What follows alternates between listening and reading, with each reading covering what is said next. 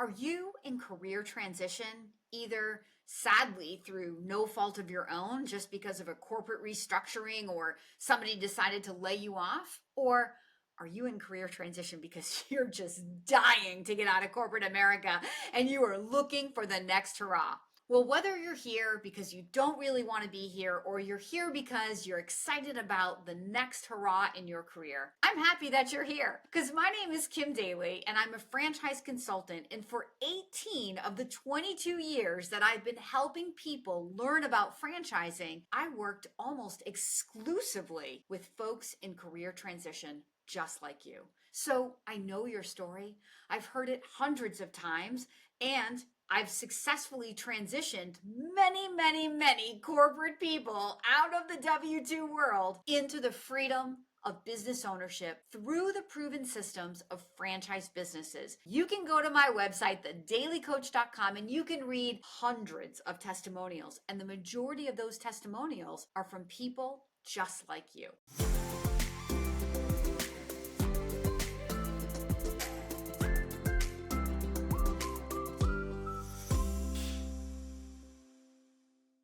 In this video, I want to share my top 5 pros and cons of transitioning your career from the W-2 into franchising in 2024. There are some very big advantages to walking away from the life that you know, but there are some disadvantages as well. So let's set up what I believe are the top 5 pros and cons in this episode. The first one I want to address is probably the most obvious, but it's both a pro and a con.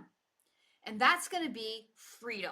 Like, everybody thinks about business ownership, especially on the worst day of your W-2 job life, right? You're like, oh my God, I just got to get out of this environment. I want the freedom that business owners have.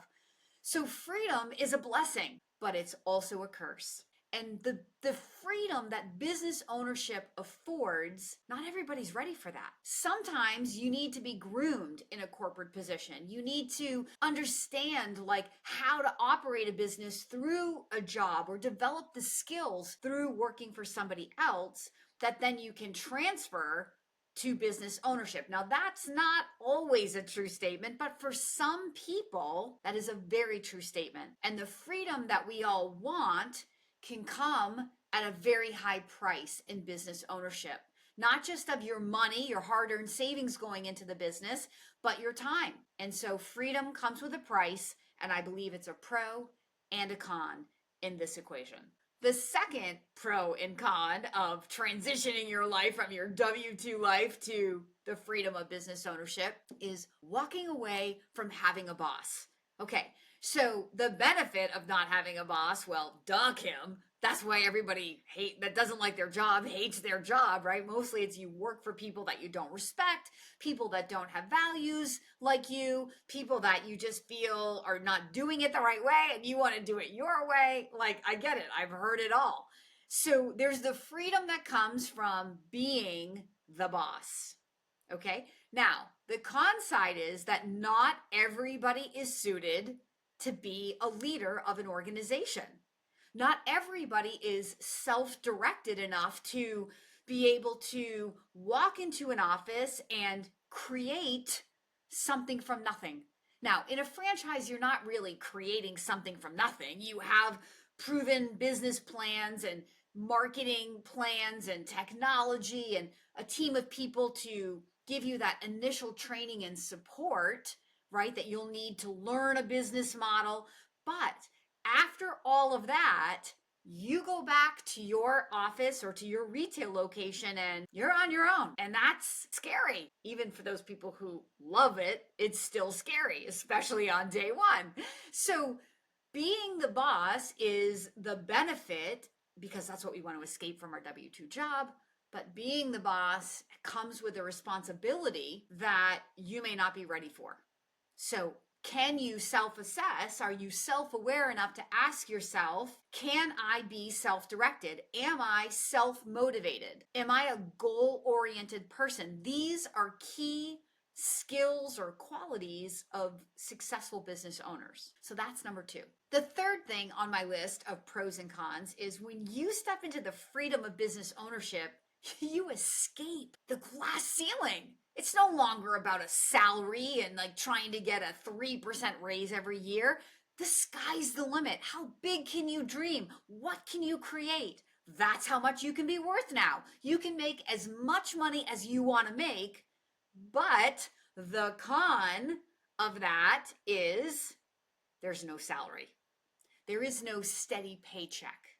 There's no corporate matching to your 401k. You are corporate now, right? So you've got to change the paradigm, which is very hard, can be hard, but you have to change the paradigm of working for a paycheck. When you're a business owner, yes, you may take dividends out of your company, but you're not working for a paycheck anymore. You are building cash flow that you own, that you can create, that you can scale, that you get to drive. And if you're part of a franchise, you're also building brand equity. Right? That's one of the biggest advantages of franchisepreneurship over entrepreneurship. This idea that collectively all franchisees are building the same brand. And if we're all doing it and delivering that customer experience with consistency, because that's led by the franchisor, then this brand may go on and become the next big American brand. And when that happens, your brand has more equity. So when you think about exit strategy, selling your business, the difference between a mom and pop business and a great American franchise brand, there's no comparison, because you're not only looking at what can I put as a multiple on my EBITDA, which is what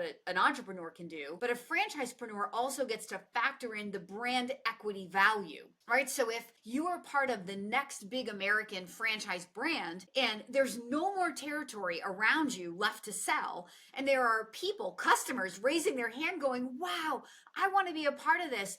I want to buy one, and there's no more territory. Well, then that's when you, Mr. Franchisee, can raise your hand and say, well, you could buy mine, pay me 5 times my EBITDA, pay me 8 times my EBITDA. And depending on the supply and the demand issue, you may get it. I have been around franchising for over 2 decades of my life, and I have seen some amazing, amazing buyouts for people that were daring, got in as pioneers, helped to build some of the biggest and best American franchise brands today, and rode that wave for 10, 15, in some cases 20 years. But if you had to wait even 15 or 20 years to be bought out for $80 million, would that be worth it? Right. Like, I'm not making any kind of earnings claim. I can't tell you what your brand is going to wake up and what kind of value you can put on it. I'm just saying that I know people who have been paid hundreds of thousands of dollars to walk away because of a supply and demand issue, right? No more open territory. And they had the most experienced locations that had been there in a market, and that market's valuable. So there's value to that. So again, going back to the pro and the con, the pro is that there's no glass ceiling. You can make as much money as you can make. The con is you're not waking up and getting a paycheck every 2 weeks. So you've got to break that paradigm in your head. Are you ready for that? Do you have a pool of money that you can live off of during the ramp up period of your year? I would have at least a year's worth of living expenses. I don't want you trying to take money out of your business sooner rather than later, because that is often what creates the limiting factor to your growth, is having enough working capital to keep putting it into the business so the business can keep growing. So if you can live off of your spouse, if you have a spouse, and you can live off of your spouse temporarily, kind of downsize your life to one income for a short amount of time for the greater benefit of everybody long term, that would be ideal. Or in addition to having your startup capital for your business, you have a pool of working capital that is living expense money that you can live off of. But that's also going to require kind of a mental toughness, right? Because you're going to be putting money out into a business for maybe a long time, up to a year or more, even in some cases, and you're not going to be replenishing that money right away, right? Building a business is often like a farmer working the land. You're planting seeds and you've got to work the land and you've got to wait for the harvest, right? The farmer doesn't plant the seed of corn today and then come back tomorrow and expect to have a harvest. No, there's a season to planting and to reaping. Well, the same thing would be true in business ownership. You're going to plant a lot of seeds, a lot of money, and you're going to reap a harvest later in the harvesting season. Okay, so that's going to be number 3. So the fourth pro and con is that you get to be in control. Okay, this is obvious, right? Like, well, control is what you're after, especially if you've been unhappily employed because you felt a lack of control, or especially over results. I love talking to salespeople who are like, I never really felt like I could directly impact the bottom line of my business. I'm like, oh my God, that would be so incredibly frustrating. So the pro is that you get to break free from all of that. You get total control.